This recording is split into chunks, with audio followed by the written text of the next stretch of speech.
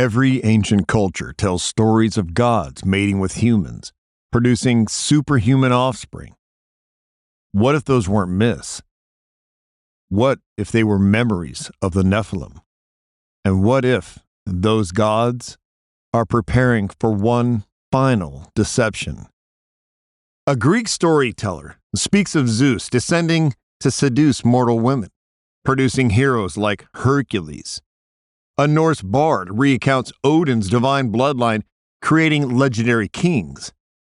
A Roman historian chronicles Mars fathering Romulus and Remus, founders of empire. Most people skip this part of ancient literature, dismissing it as primitive mythology. But what if these stories echo a darker truth hidden in plain sight? Genesis 6 verse 4 records something chilling. The Nephilim were on the earth in those days, and also afterward, when the sons of God went to the daughters of humans and had children by them. They were the heroes of old, men of renown. Heroes of old, men of renown. The exact description every mythology gives its half-divine champions. Let's go deeper than the Sunday school version and uncover why every nation remembers the same forbidden union and why Scripture warns it will happen again. Genesis 6 verse 1 through 4 describes a cosmic violation that changed everything. The sons of God, Hebrew, B'nai Elohim, a term used elsewhere for angelic beings, abandoned their proper domain to corrupt human bloodlines. Job 1 verse 6 and 2 verse 1 use this same phrase for angels presenting themselves before God. Jude 6 speaks of angels who did not keep their positions of authority, but abandoned their proper dwelling. Peter adds they were spirits in prison because of this transgression. 1 Peter 3 verse 19 through 20. Satan couldn't destroy God's image in humanity through temptation alone, so he attempted genetic contamination. If human DNA could be polluted by fallen angelic essence, perhaps God's promise of a human Messiah could be thwarted. This isn't just Hebrew history, it's human memory. The Sumerian king list speaks of divine beings descending before the flood. Hindu Vedas describes of devas intermarrying with mortals. Greek titans produced half-divine offspring. These aren't coincidences. They're cultural memories of the same cataclysmic event. Notice the pattern. First came corruption, then judgment by flood. But Genesis 6:4 contains a terrifying phrase, and also afterward. The Nephilim didn't end with Noah's flood. They returned.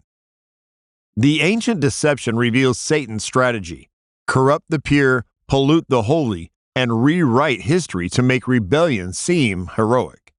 Every mythology presents these hybrid beings as being champions rather than abominations. Sound familiar? Modern media still glorifies the supernatural, the superhuman, and the transcendent, often through the same seductive lens. If the flood destroyed all flesh except Noah's family, how did the giants appear in the Promised Land? The answer reshapes everything we thought we knew about spiritual warfare. Numbers 13 verse 33 records the spies' terror. We saw the Nephilim there, the descendants of Enoch, come from the Nephilim.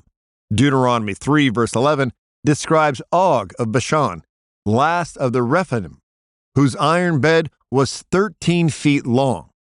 1 Samuel 17 introduces Goliath, 9 feet tall, from the family of giants. How did this corruption return? Some suggest fallen angels repeated their transgressions. Others purpose that corrupted genetic material survived through Noah's daughters-in-law, or that corruption wasn't completely genetic, but spiritual, a supernatural influence that could manifest in certain bloodlines under demonic control. God's command to completely destroy the Canaanites wasn't arbitrary genocide. It was surgical removal of spiritually corrupted bloodlines. The Anakim, Rephaim, Eminim, and Zemzumium weren't just large people. They were supernaturally enhanced enemies of God's plan. Ancient texts support this. The Book of Enoch, while not canonical, preserves traditions about the Watchers, fallen angels who taught humanity forbidden knowledge and produced giant offspring. Archaeological discoveries of unusually large skeletal remains, though controversial, suggest these accounts may preserve historical memory. Israel's conquest of Canaan prefigures the final spiritual conquest when Christ returns.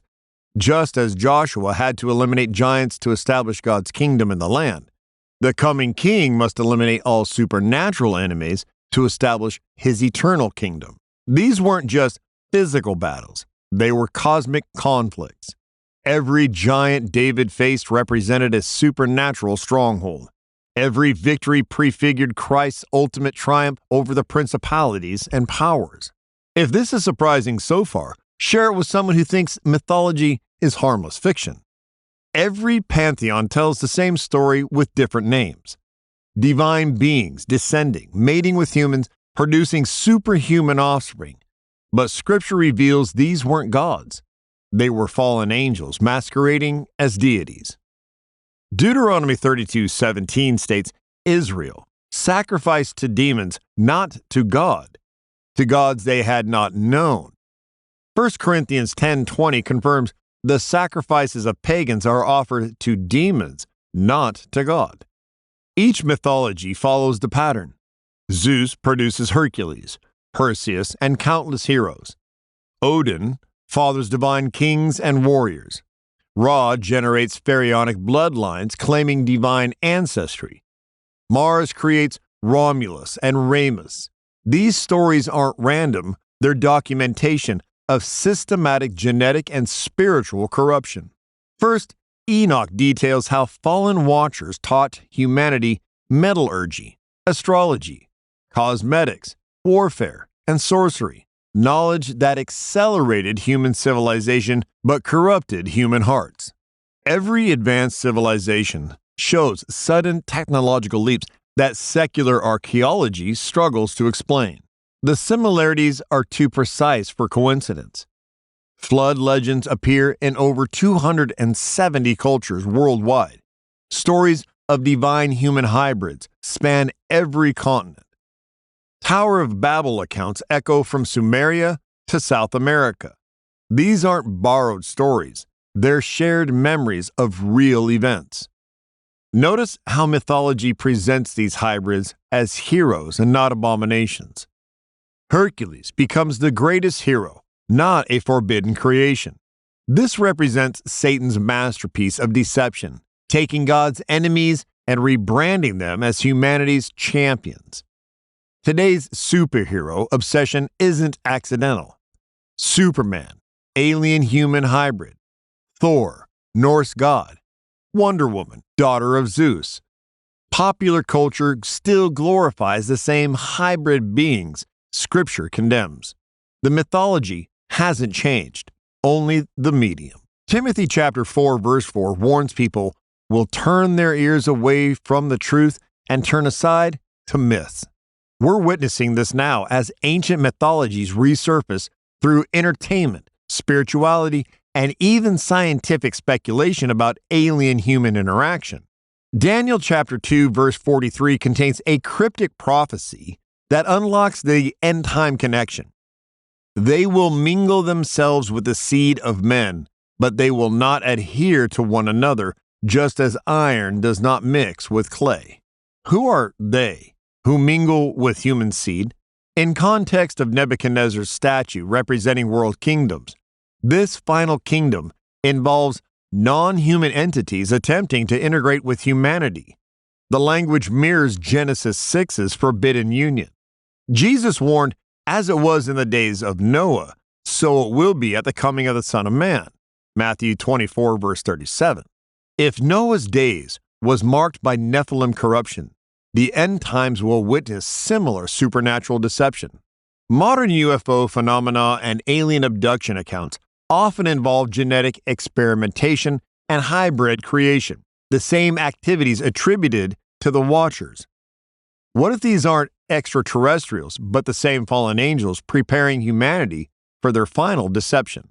Artificial intelligence, genetic manipulation, cybernetic enhancement. Humanity pursues becoming more than human through technology.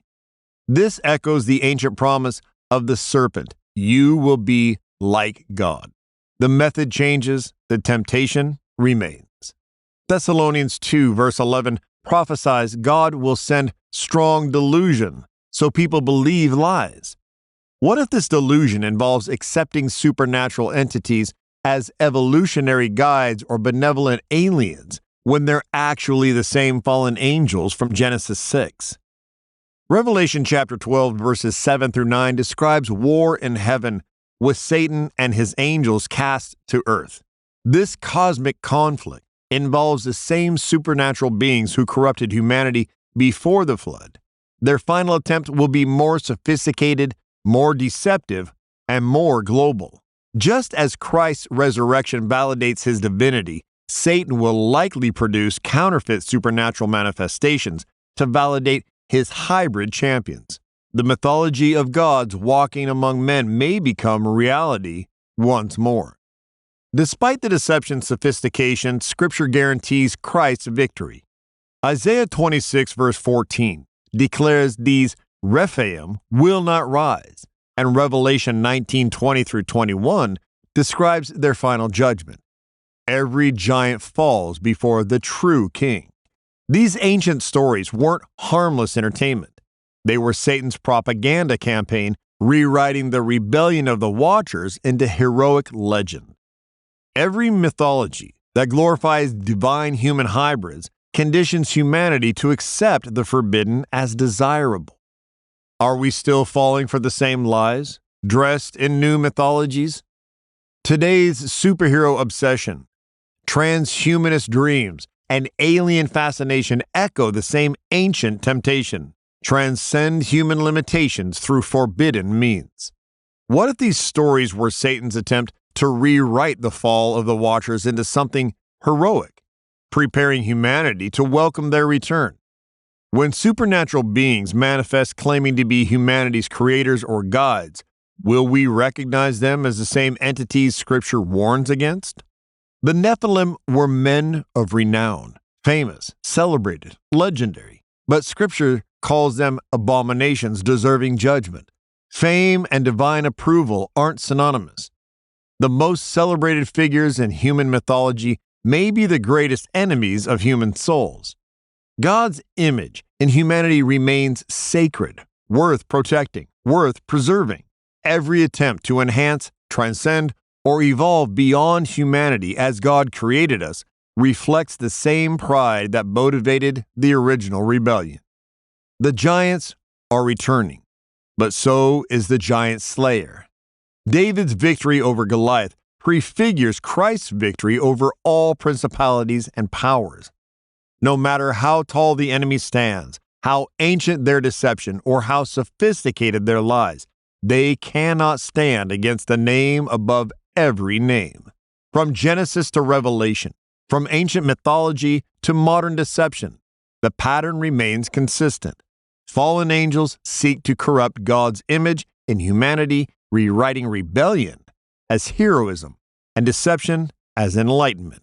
But their time is short, their defeat certain, their judgment eternal. Every culture remembers the giants because they were real.